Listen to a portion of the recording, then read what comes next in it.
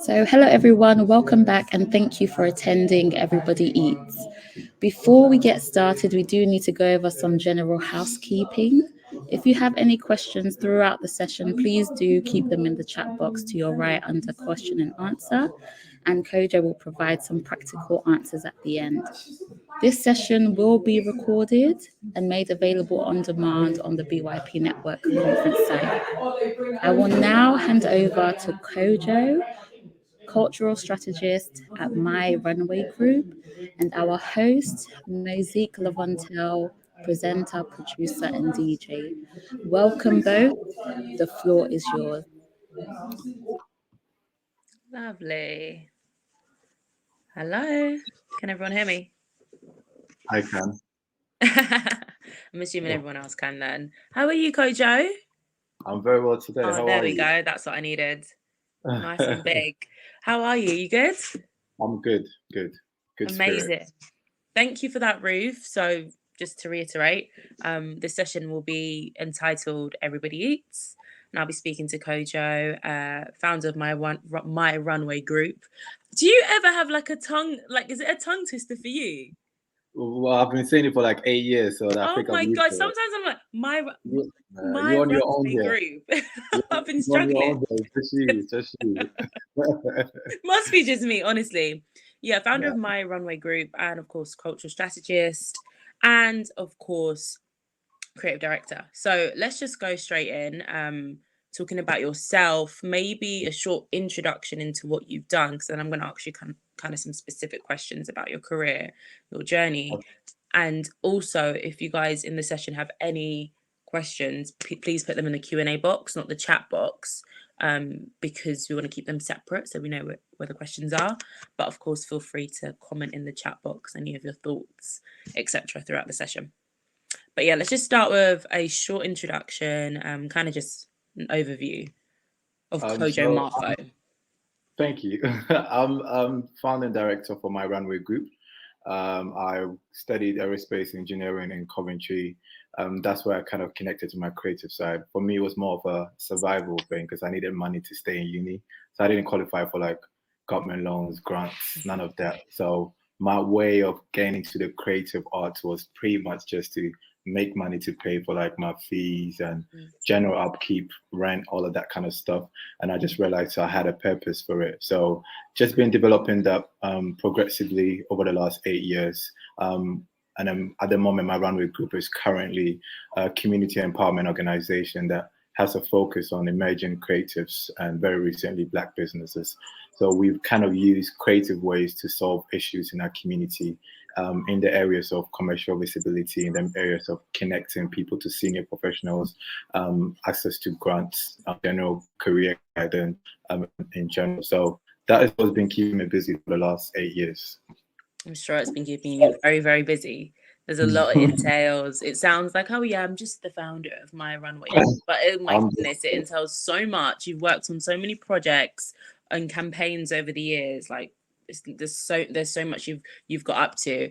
But I want to start by touching on transferable skills, because I feel like transferable skills are always a good place to start and to talk about, because when you're anyone in this session, you may feel like you want to do or pursue a career or an industry, but you're in a completely different field. And it's like, oh, how do I get into that field? And it's always nice to hear from others and how they did that. So considering that you started out studying aerospace engineering and then you went into kind of entrepreneurship, media, etc., what kind of skills would you say that you picked up while studying helped you to kind of navigate this industry? Very good question. Again, like I said, I studied aerospace engineering, and the thing about engineering is you learn about processes and you learn about systems. So I would say I had a very clear understanding of why things work, or what makes things work in general, or how long it takes for things to work, and then most importantly, like what it takes for like anything to work, and I think us creatives, we're very much passion driven. So there is the tendency to kind of get an idea and you just want to hit the ground running, or let's just stop at the ball in motion. and you don't really get to like plan or put things in place because you just want to see the end product. But with me, again, thanks to engineering, I've always had to kind of work from the back, basically, or from the results. So I know exactly what I want this particular project to be, what it will take, how many people or resources that are needed to kind of deliver it. And then most importantly, especially in the area that we're in, what the social impact of that will be. So always working out backwards, myself always working backwards. And I think studying engineering and learning more about processes and putting systems in place is something that I would say has really kind of set me apart in the creative field, because you just can't expect results if you don't put in the right processes. And also it helps you minimize any risk of disappointment. You always kind of have like a backup. If this doesn't go right, you always know what to do, and you can anticipate or have a good foresight in terms of how things are going to roll out based on what you currently have. I think I'm pretty much more for like a very structured creative, and I think I got those skill sets, especially from my engineering background. I don't obviously kind of expect. Sorry, what are you going to say? Your camera, it's just come off. Oh, I can see you though. I can't see you. It's just kind of at the bottom has the camera sign. Someone said it can see both of us. So I guess it's just mine. If it's just mine, then it's fine. As long as everyone else can see you. Mine's just gone grey, but it's fine. Thanks, okay. Ramona saved the day. It's like I can see you both. That's important. Because I can see you. It's good. All right, no problem. Yeah. So pretty much, I just feel like I've been very privileged to kind of have an engineering background to be able to put things in place, put systems in place, understand processes a bit more. Obviously, I don't expect everyone to be able to kind of go through engineering because it's hectic as it is, but it's always good to be able to have that kind of person maybe on your team, or even individually have that kind of skill set. Oh, I get you. So would you say it's the logistics then that you've kind of that's kind of a strength of yours now because of your background and what you studied, etc. For sure. That's amazing. I think that's important to highlight because there's so many sectors and elements that create the end result, and it's true. A lot of creatives, we are driven by passion, and we lack the structure at times, or the execution, or the consistency. But we've got the vision and we've got the idea. So for my Runnway group, how was that birthed? What was the idea, and where it's at now, 8 years later? Is it what you envisioned? Has it altered a bit? Tell us a bit about that. It's nothing like what it would be, and I think that's just the beauty of it. What did you say? Sorry. That's just the beauty of this creative journey, because you don't even know where it's like how you envision. Is that what you said? It's not what I envision it to be. How so? How so? The reason is it was very organic. I think like I told you, I used to do events to just kind of have money to kind of stay in university. But whilst I'll be doing these events, people reach out to say, "Oh, can I be part of the team?" And then I'm like, "You have Bank of Mom and Dad. You got government loans. You don't really need to do what I'm doing." But then I realized that people also just need experience. They need content for their portfolios, especially a lot of like students in the arts. So ideally, what birthed my Runnway group is just me giving opportunity to a lot of young or emerging creatives in my university who didn't have the opportunity to work on like big productions or even shadow setting peoples, or even pretty much senior professionals. So I just wanted to be able to create something that will give these people like an opportunity to work.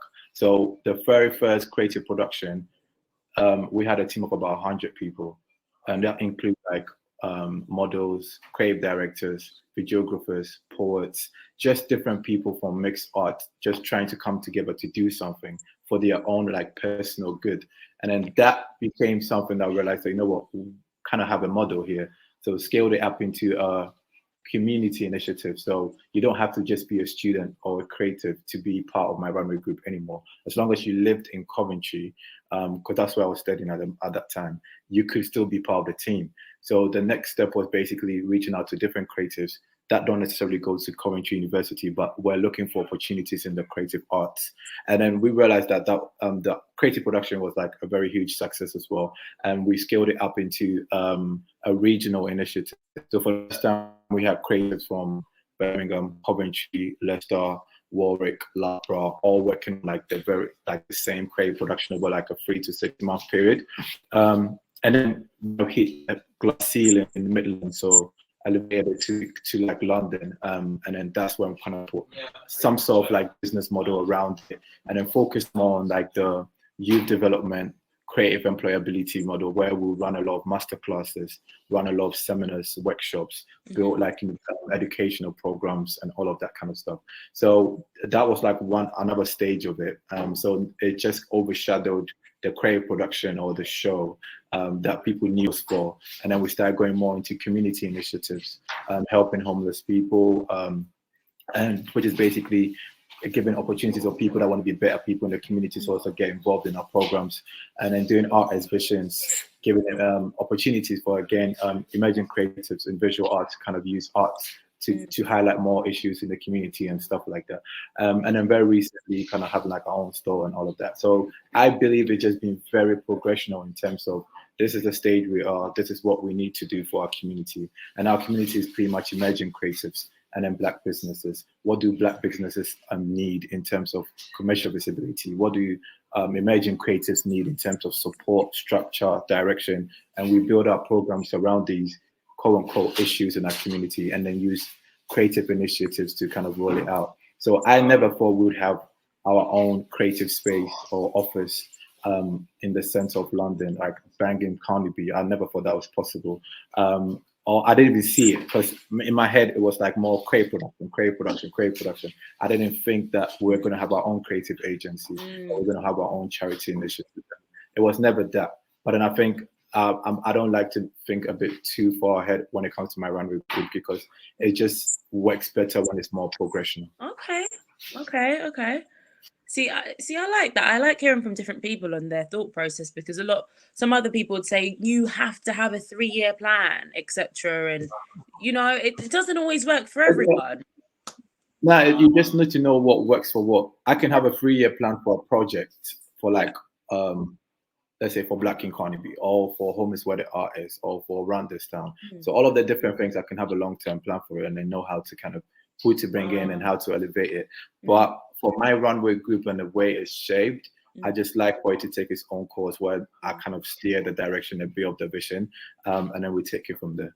Okay. And for someone that's in this session wondering how they can actually practically get involved in my Runway group, how does it look? Can you like map it out and kind of maybe like pillars? Is it just as simple as contacting you? Are there different sectors? Map it out for someone that's maybe new to my Runway group. They don't really know much about it. They want to get involved. That's fine. I think it's best if you start off with our website. We'll be invested a lot into it to make it as informative as we can. So it depends on what your creative interest is, or your community interest is, or your career interest is. So those three, some people join us shop because they want experience in like this particular type of project. That's what they want to do. Others literally are full-time employed to kind of deliver certain creative projects or community initiatives. So there's kind of a role for everybody, but not at the same time. So it depends on like the time and the capacity that we have to kind of take people on. But our creative agency literally delivers a lot of third-party initiatives for different type of clients and brands. And our in-house creative arts projects team literally does a lot of in-house stuff and rolling out like Black economy initiatives, community initiatives. And then we also have like a ticket platform called Real Tickets, which is basically focused on creative events. And then we just do a lot of like consultancy and stuff like that. So again, it depends on what your interest is. We also do have an operational lead, April, so she can have conversations about what your plan is, what will success look like to you, so we can build those things into the role. Because there's been people that we've created an entire new role for them, because that will help them in terms of their career progression. And there are people that have come in and filled in already existing roles, maybe in the area of like marketing or creative production and whatnot. So we're very fluid in terms of employability in-house, and then also giving people experience for a period of time. Oh, that sounds incredible, especially for someone that's maybe a student, someone that's just, come out of college. This type of platform is something that's so necessary. And it's needed. It's definitely needed, especially in our community, in the Black community. It's needed. And touching on that, you're quite big on teamwork as well. You're big on. Oh, I feel like that might be my GP, guys. Give me 1 second. GP. No, it's not. You know what it is? It's, do you know what it is? Take over from you. Apologies for that. Do you know what it is? Because with the GP surgeries, if you get one call and you miss it, that's it. You're out. And it's like I have to keep my phone on loud. It's just it's terrible. Terrible. And I don't want my phone on loud. I've only got it on loud for my GP. Honestly. That's fine. If your GP calls, I've got you. I'll take over from here. I'll ask myself some questions and answer myself. We got this. Listen, I'm sure someone in this session knows the struggle with their GP. Goodness me, it's terrible. Can't get a call back. But touching on teamwork, collaboration, networking, and just coming together. Why are these elements so important to you? Just because I've seen what it does for people at very early stages. At the moment, at the start, it was literally just do something where people can get involved in it and help out. Then you start getting like messages from people's parents, people's families, people's friends, saying how much being part of my Runway group has changed their lives and how it's probably made them more focused as a person. And then they feel proud coming to watch their kid or cousin or family member and this theater production maybe, or they can't believe of big that happened. And it just makes you realize that sometimes your payback is not really financial. It's just more about the investment and value that you add onto people's lives. So with me, I just thought, as much as I can do that for a lot more people, especially from our backgrounds and from my demographic, that I can just have to just keep going, create more opportunities for people to just come in and just do whatever they want, and also have some structure around it. Because there's a lot of people that just lack guidance, and there's a lot and I think one thing that I personally hate is like talent that's gone to waste or opportunities that didn't get to the right people. So if we can be like the middleman that kind of steer that direction of all these opportunities going to the right type of people based on like the their demography or wherever they come from and all of the obstacles that people kind of deal with, I'm happy to be that person that creates constant opportunities to like different people in our area of work. So I've just seen so many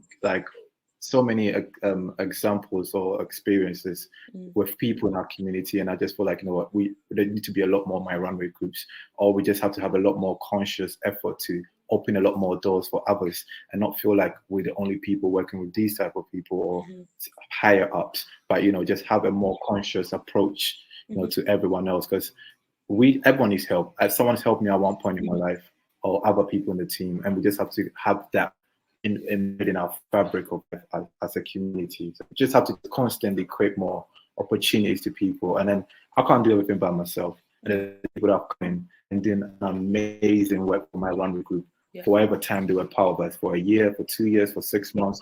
So I'm like, you know what?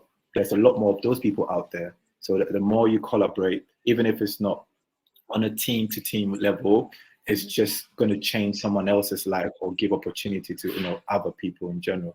I don't know if I'm talking too much, but I just wanted to just highlight one thing quickly, because we have a masterclass with an artist called Valerie Lawson, and we managed to get the Mac store Carnaby to kind of put their visuals on all like the storefront screens, and it was like a huge deal for her. And then content was something that she produced, and she used like different other models based in Ghana for that particular content, and they just go in harm online about how like their face is on like a global flagship store, and and that does a lot for like their platforms and their content as well.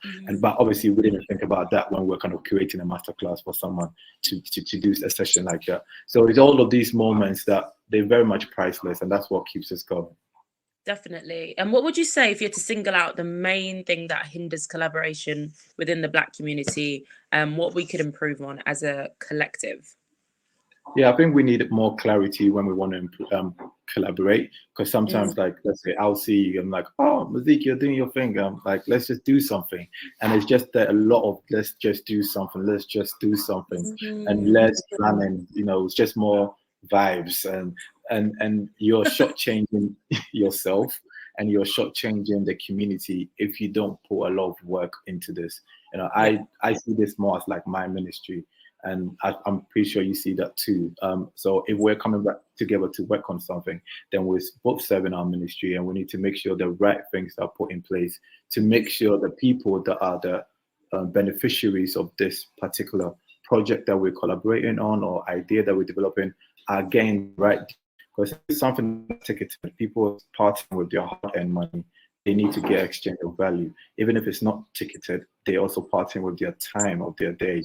You need to make sure that you're investing value into these people's time, because they could have been anywhere. But you've now created something for them to be a part of it.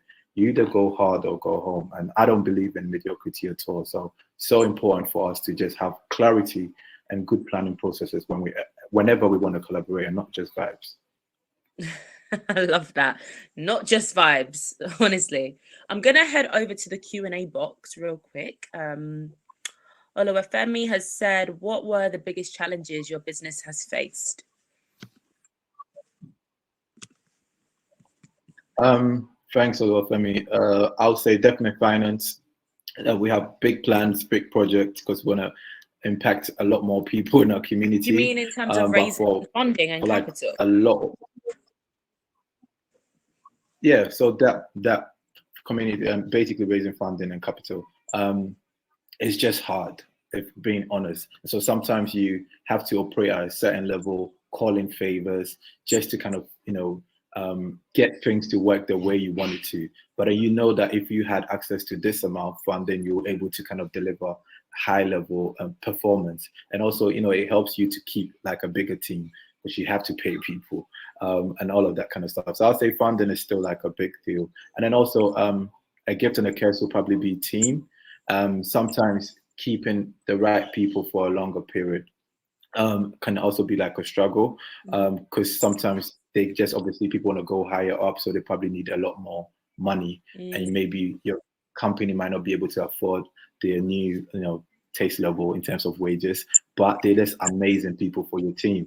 So it just still comes down to like money. The more money you have, the more you're able to kind of keep the right people and deliver the right projects.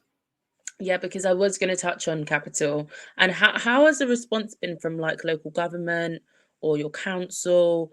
Are they quite supportive? Do they help? Yeah, It's been a bit selective, but we have received like a considerable amount of support from like different businesses and organizations and even local government.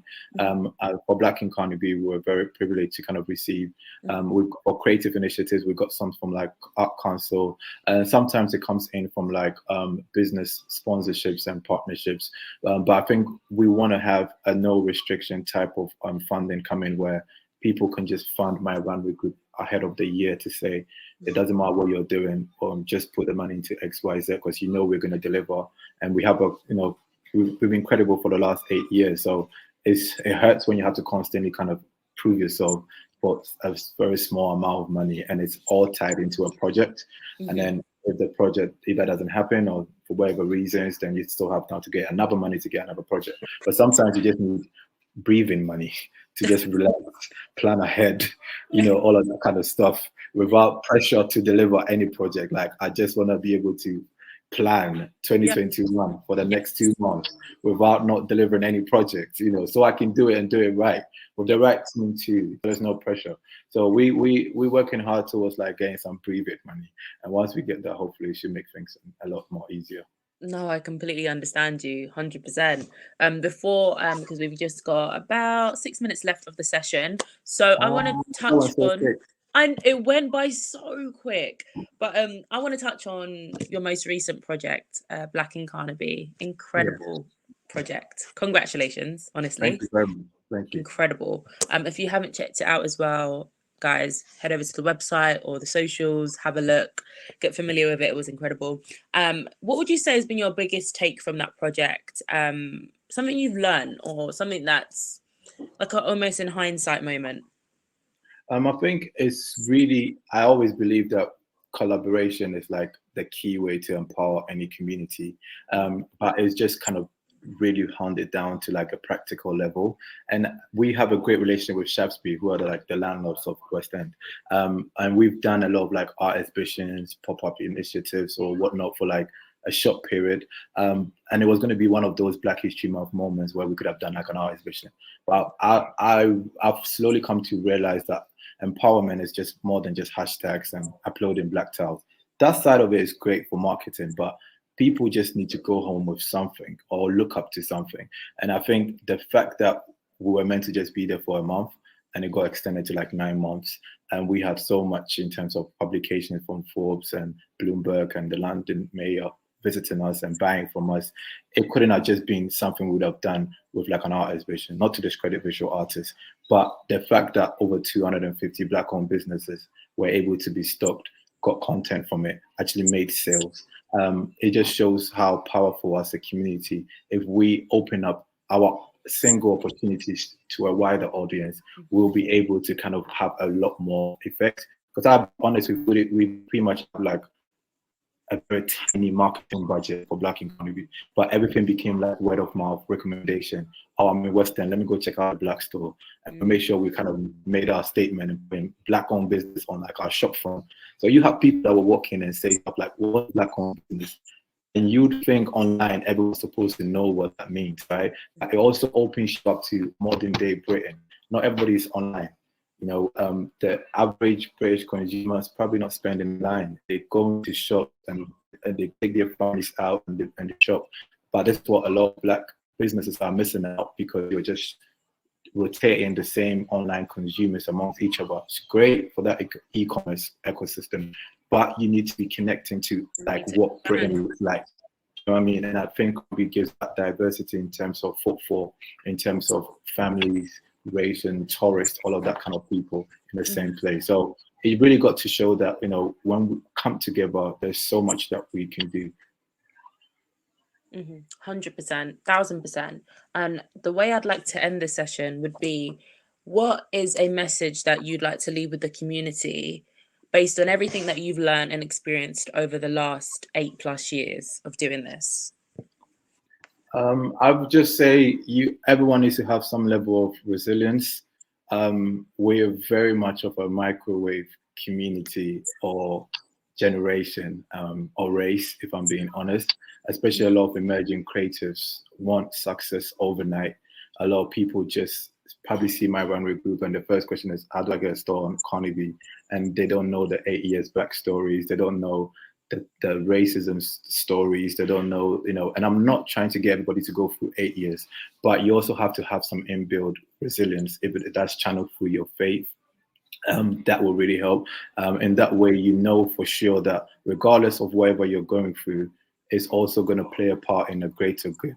Because there are some things that really went terribly wrong, but now, like, I can speak of those things and use that to inspire another generation of like economic leaders or creatives, only because I believe people go through things so people don't have to go through these things. So the more we kind of share our lived experiences, the more you are aware. You know, creatives and business owners need to be aware of, professionals in general, of the times we live in, the seasons that we live in, what's going on. A lot of attention on Black support. It might not be the same in 2 years. It might switch to sustainability or green earth, and there's not a lot of money coming in again. And what are you going to do? You know, so understanding and clarity is so important. And also just keep going regardless. It's easy for people to say, I want to be great, but greatness is all interlined with like discipline and resilience. It's only after you kind of exercise these elements, that's when you actually achieve greatness, not when you put together a successful show or when a lot of people show up to any event that you got coming up. So just look within and just make sure that all these elements that are needed for you to be a professional or a leader or team player, you're there. Like, you're very punctual, you're dedicated, you're reliable, you know, you're credible in anything. and then later on the greatness will happen or will come eventually. So they want to keep preaching. You are absolutely stating big facts, like Rufa said in the comment section. Big facts. It's a lovely way to end the session for sure. Honestly, it went by too quick, way too quick. I've been chatting for ages. But I hope everyone's enjoyed the session. Before it's 5 past, we have to go. So sad. But guys, continue obviously watching the sessions in the BYP conference. They're running throughout the whole day. There's so many gems you can pick up, etc. So thank you so much, Kojo, for joining me this afternoon. And of course, keep an eye out on the socials. And of course, the website is in the comment section. There you go, www.myrunwaygroup.com. So check it out, guys. Thank you guys so much.